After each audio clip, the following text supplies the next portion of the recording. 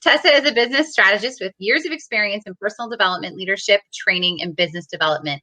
Her ability to connect and relate with her clients has allowed her to build strong relationships and trust, contributing to her success. That's not your normal bio, is it? It is, yeah. It is. Oh, I didn't. Yeah, but it doesn't say your background and kind of your business. I think you're missing part of it, maybe. Well, maybe some of it. Talk about your business and where you're from. So yeah, my name is Tessa, and I live in Guelph, Ontario, and I am a leadership and DISC trainer. So I help teams communicate more effectively and build more cohesive teams. So that's a little bit about me. Amazing. And I'm sure a lot of people are in an HR environment right now. So building teams, effective teams is an important strategy. So I will leave you to it and I'll be back at the end. But thanks so much for being here. We really appreciate it. Awesome. Thank you for having me. Hey, everyone. All right. So thank you, Rachel, once again for having me here. And today I'm going to share some thoughts with you on how we can lead better, also how we can optimize our opportunities. And it's a bit of an interactive talk. And so I hope that you'll engage with me in the comments. And I hope that you find value in today's presentation. I mean, how many of us are having to navigate change 9 months into this pandemic, right? How many of you have had to make changes and continue to make those changes each and every day? Are they easy to adapt to? Are you finding change easy for you, or is it difficult for you to adapt to change, especially because we like to change when we're the ones calling the shots, right? And so there's this really awesome quote that I love by Thomas Edgley, and it says, "Change or die." I know it sounds morbid, but how many businesses have closed their doors recently due to change? But maybe not all due to change. Have some of those businesses closed because they were not willing or able to pivot or adjust to this pandemic that we're living in right now? We've had to make changes to our homes. We've had to make several changes to our businesses, and we continue to make those changes. And so is it fair to say that if we do not continue to adapt and shift and make these changes, that our businesses can essentially die, right? And nobody wants that. And so right now, people are looking to their leaders to lead the way. And if we thought that things changed fast a year ago, I can bet that they're going to get a whole lot faster for us in the future, right? Lots of uncertainty still out there, lots of anxiety still out there, and we need to step up for our people more than ever because they're looking to us to lead the way for them. And so as we adapt, we need to make sure that we're flexible and that we're making changes quicker than ever and also more frequently than ever. And so do you remember when we used to make our 10-year business plans or even 5-year business plans? I think COVID taught a lot of us that, maybe a 3-month plan with a long-term vision is the way to go. Because how quickly did businesses or your business have to change your plan come March that you probably spent a lot of time and energy building back in December, if not January? Now, I understand this isn't easy. However, we must be willing to do our best to be able to be flexible and adaptable and not remain planted where we are due to fear or stubbornness, okay? It's not time to conform as business owners. I want to share with you a few things that we can do right now, especially as we're still going through these uncertain times. The first thing is for us to make sure that we're still learning, unlearning, and whether it's concepts or business ideas. Now, what does that mean? Unlearning something means to discard something, whether it's from your memory or the way that you've been using a certain product or service. It's letting go of outdated information or outdated processes that we're using. We must be willing to let go of what worked yesterday in order to improve today. Now, that often means improving things that are still working well, right? Even if something is working well, do we pause and reflect on how can we make it better? I mean, think about it. 6, 7, 8 months ago, we were delivering presentations in person. We were meeting our clients in person. We were creating experiences for people in person. And today, many of us are having to do that, if not all of us, in a virtual setting. And so this event, for instance, would happen normally in person. And so those of you that are here today, awesome. I'm excited that you've made that pivot and that shift, but how many people are unwilling to make the shift and attend a virtual event like this simply because maybe it's something they don't want to do? This is really important because there's something called, the cycle of success. Go through this growth and improvement phase that we're all having to go through. And it fits really perfectly with this concept of learning, unlearning, and relearning. And so I want to share it with you today because every time we try something new, we're going to go through this cycle. And so this is the cycle that most of us have been going through, if not several times, and will continue to go through as we navigate change. We're going to go through a testing phase. We're going to go through failure. We're going to have to learn from that failure. We're going to have to improve based on that learning. And then we're going to re-enter the game. And so this cycle of success may have been happening for you several times within your industry or your business. And every time you try something new, you're going to go through this. And so what this cycle allows you to do is it allows you to discover better ways of doing things. Maybe even things that you're doing quite well already. Right? Because the big question, I think, with COVID is, will it leave me bitter or will it leave me better? And we get to decide whether we're going to be bitter or better from this experience. And I think right now that a lot of people are on the same page as me. They want to become better. They want to maximize opportunity, right? We've seen amazing advancements in the last 8 months due to this pandemic, whether it was because of restrictions that were put in place or businesses not able to function the way that they did in the past. We have seen some incredible advancements, and leaders never let opportunities go to waste. And so really make sure you're understanding this concept by asking yourself, when was the last time you stopped using a proven method to risk discovering a better option? Have you done that? I mean, many businesses were forced to do that, but is that a norm within your organization or within your working practices, right? Can you see how this would improve just about anything and any area of your business or life if you approached it that way? Because if you can adopt this mindset that things are going to change, then you can handle change, right? Whether it's forced by circumstances or whether you put them in place intentionally with your team. And so we're okay, as I said earlier, if change happens on our time, but we're typically not okay when it happens when it's forced by a pandemic or maybe your employer or your organization is forcing that change. So if you want to be a leader who leads the way for change, then you must make change part of your strategy. The next thing we really need to be mindful of is our mindset. Are we living positively today, right? And thinking about tomorrow? Because what we focus on expands.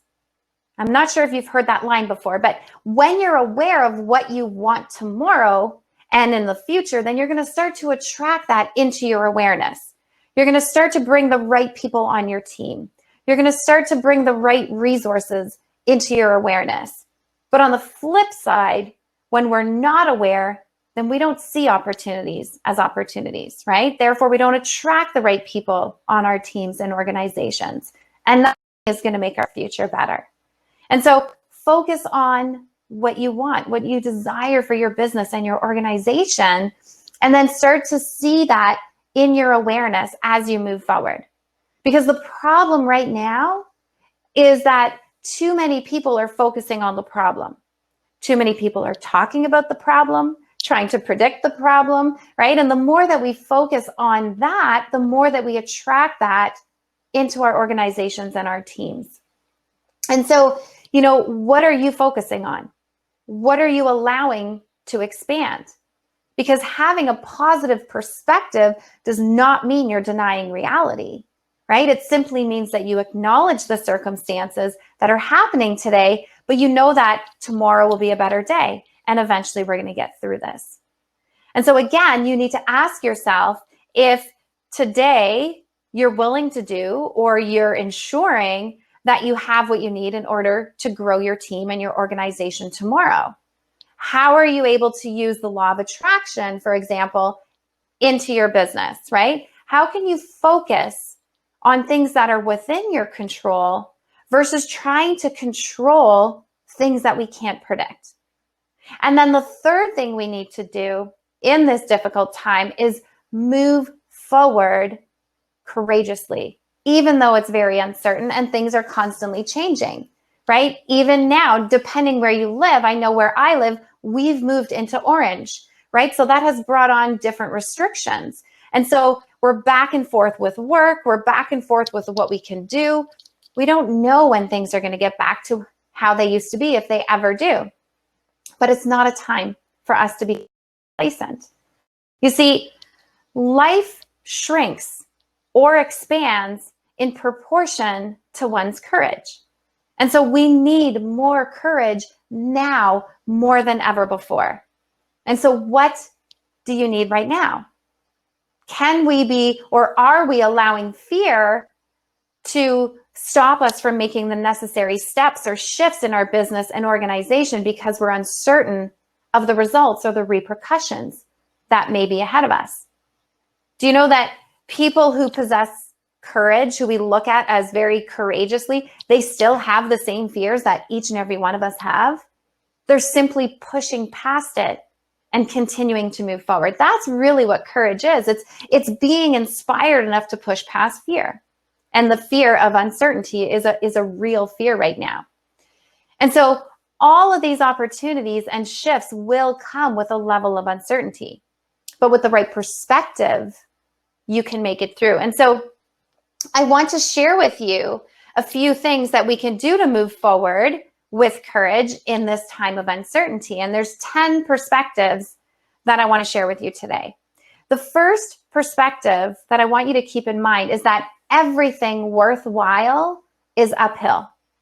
So think about anything you've ever accomplished that you consider to be worthwhile. I'm sure it wasn't easy. And so right now is no different.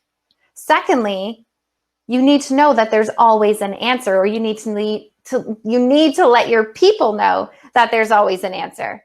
I mean, think about anything. You may not know the answer right now. Think about, some of the problems that are coming up for you. You may not know the answer, but there is one, right? And so your people need to hear that their leaders are with them, that their leaders are going to work together and get the answer together, find the answer together. We also need to allow adversity to help us discover who we really are. Now, we often don't see ourselves clearly, let's be honest, right? But our comfort zones, once those fall away, once they're dismantled, and once the usual support systems fall away, the illusion of who someone is falls away, and who that person really is shows up. Now, this is really important for the leaders, because uncertain times will introduce us to the most incredible leaders. Who we're meant to be often comes about during these uncertain times. We also want to make sure that we're developing a positive life stance, especially during these uncertain times. We must cultivate a constant attitude that influences behavior in a positive way, especially with our organizations. I mean, think of the operating system on the computer that you're on right now, or the phone that you have. How well that performs depends on that operating system. And the same is for us, right? What we do in life depends on the stance that we take. And so are you able to find the positive and the good in what could be considered bad right now? The fifth thing is we need to be willing to feed our faith and starve our fears, especially during these uncertain times, because both of them are always present in us. And so are we going to feed faith? Are we going to feed fear? The one that we feed is the one that's going to win. And so you need to make sure that you're encouraging your team or you're leading your team with faith so that the people can have hope in their future. We also need to emotion influences emotion, right? We can turn negative emotions into positive actions when we fuel them with positive emotions.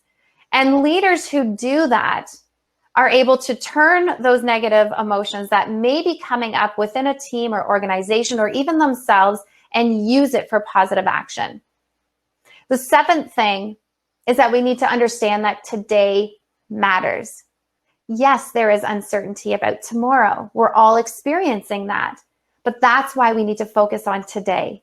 We need to focus on making the right decisions today, choosing the right priority, keeping proper commitments today. If we do all that just for today, then tomorrow will turn out well. The eighth thing is we really need to make sure that we are reflecting versus reacting, okay?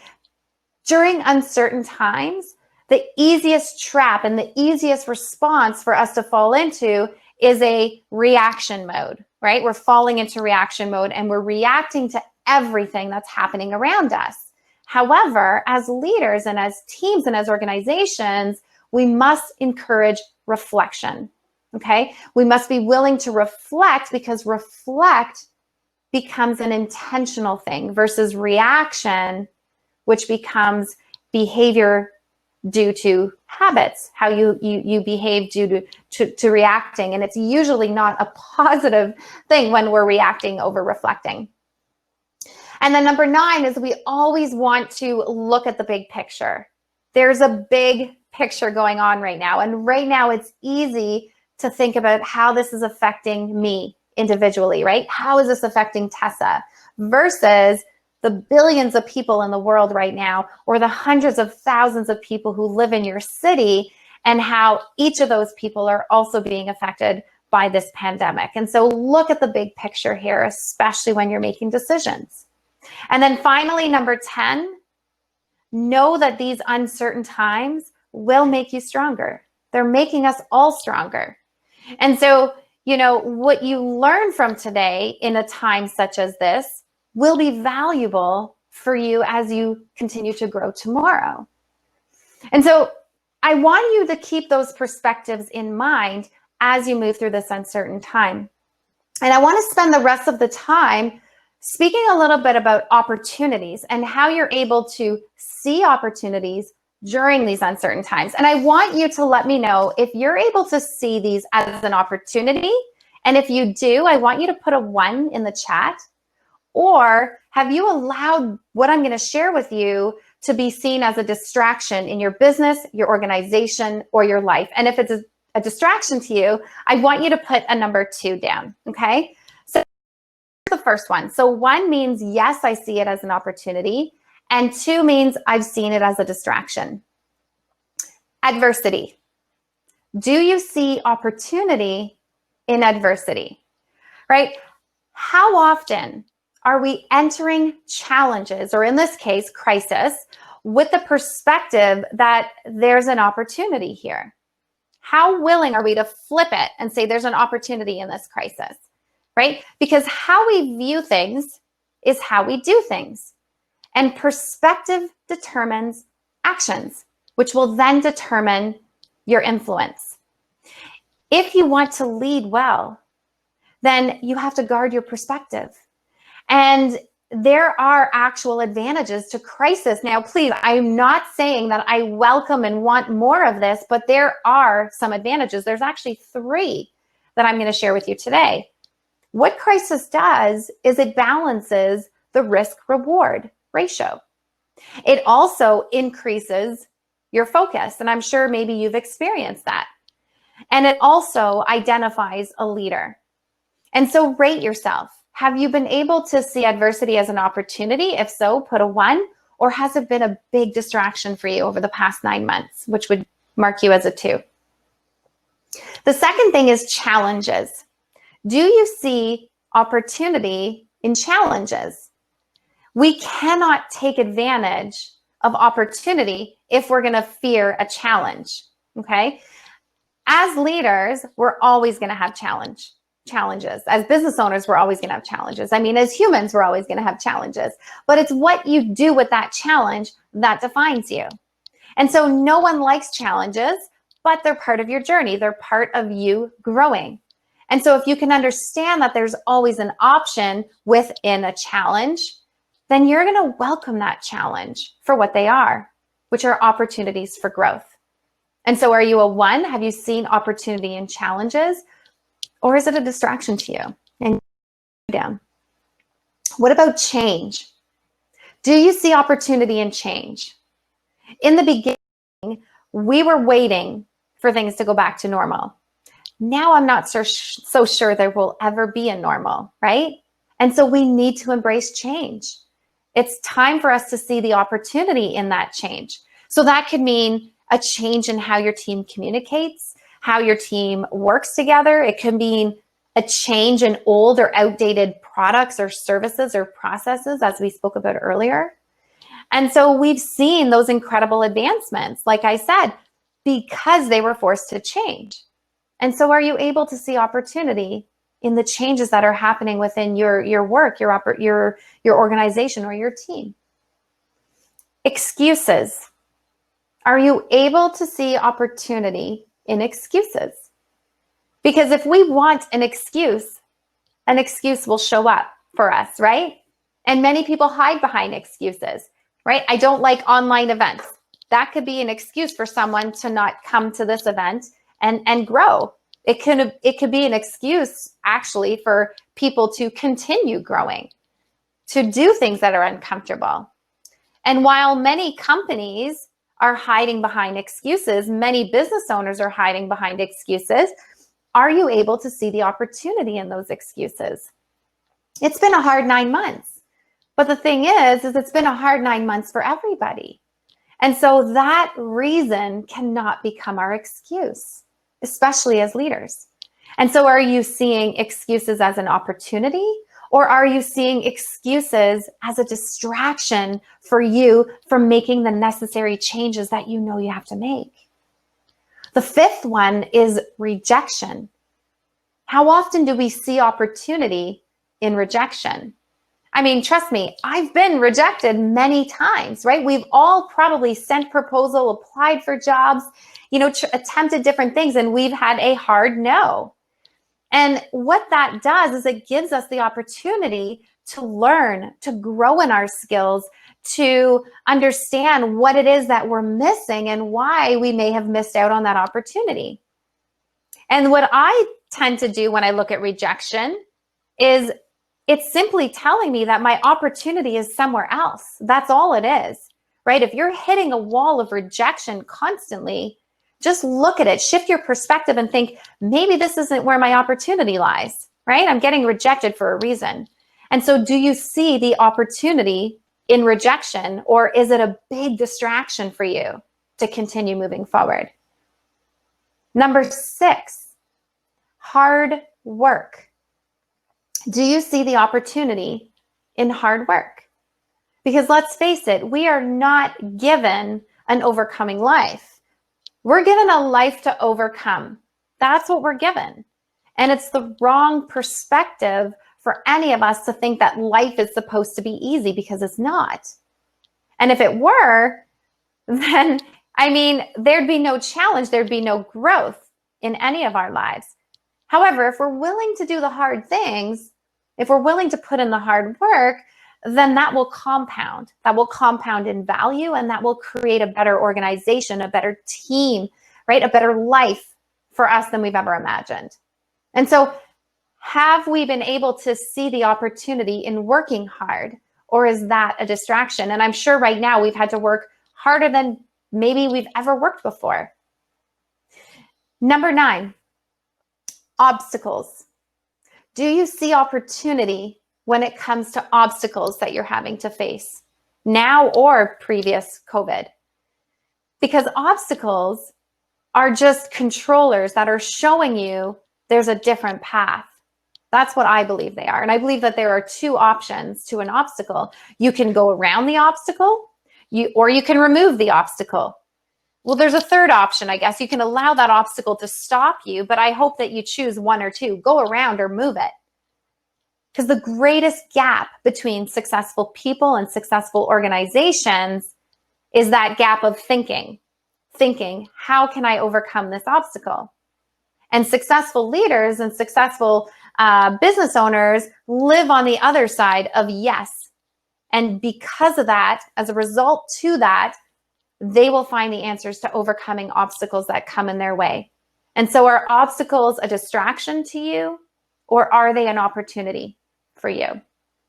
And then finally, I see opportunity in failure, because failure is simply an opportunity to start over. That's really what it is. And a lot of people will say that failure is not an option, but I honestly feel failure had better be an option for you. Because when you are failing, that means you're attempting new things, you're trying, you're getting outside of your comfort zone, and you and your team will be rewarded for that. Failure cannot be a distraction to any of us. Failure should allow us to propel forward, to make changes, to better ourselves, to try new things. And without it, like I said, there's no growth.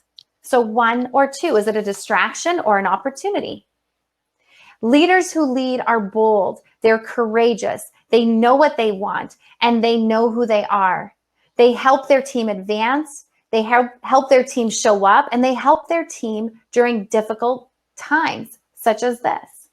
And so lead the way by showing yourself, by showing your team, by taking them and letting them know that you're not afraid of the unknown. You're not afraid of the obstacles, because you're going to look for the opportunity in what's going on around us. And honestly, I'm going to leave you with this line because I love it. The worst excuse is a good excuse. We can come up with every excuse in the book not to move past what's happening right now, not to look past and not to look into opportunities.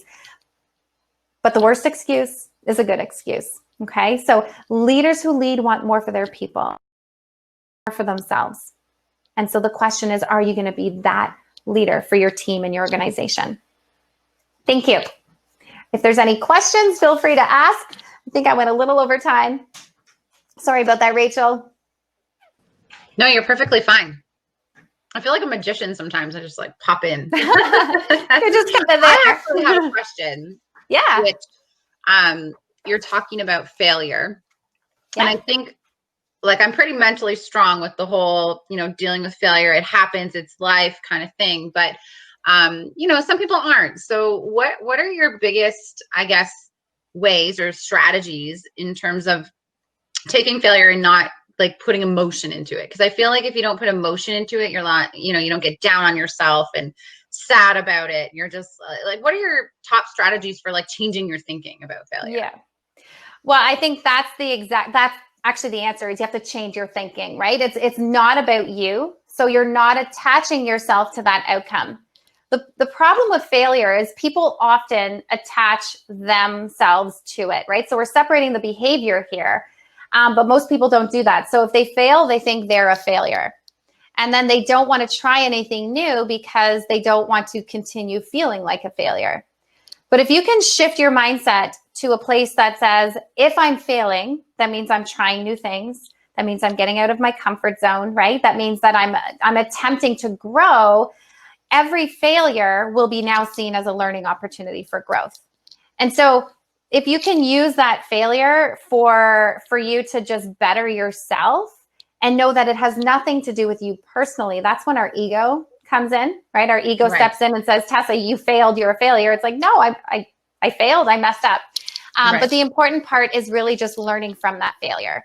But I do believe that if we're not failing, then we're not taking risks. And we're not attempting new things and we're not growing. So it's really part of the journey. Yeah, very good points. Amazing. Well, thank you for your time. I really appreciate it. I know Juliana put a comment here, embracing change is absolutely necessary. And, for for all of us, some people might not have been as comfortable with change. And I know, I tend to be that kind of person where I have the same friends for very long term, same careers.